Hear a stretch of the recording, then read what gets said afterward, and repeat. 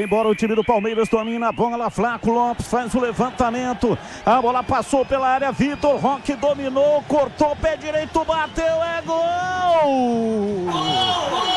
Gol!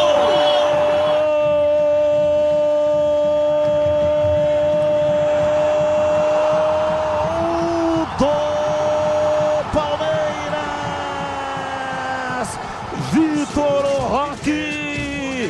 5 minutos passados, primeiro tempo. Abre o placar do jogo em Barueri.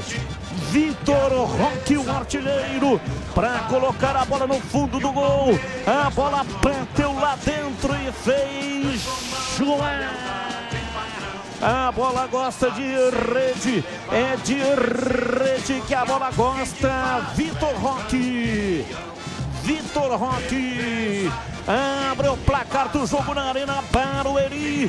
Palmeiras 1, Capivariano 0, e o detalhe do gol é seu Pedro Pecenato. O detalhe é que o Palmeiras pressionava a equipe do Capivariano desde o primeiro minuto de jogo. E um bom cruzamento de Flaco Lopes pelo lado direito. O Vitor Roque, com toda a calma do mundo, dominou de perna esquerda e bateu de perna direita, inaugurando o placar na Arena Barueri e marcando seu primeiro gol no Paulistão 2026. Palmeiras 1, Capivariano 0, Batistão.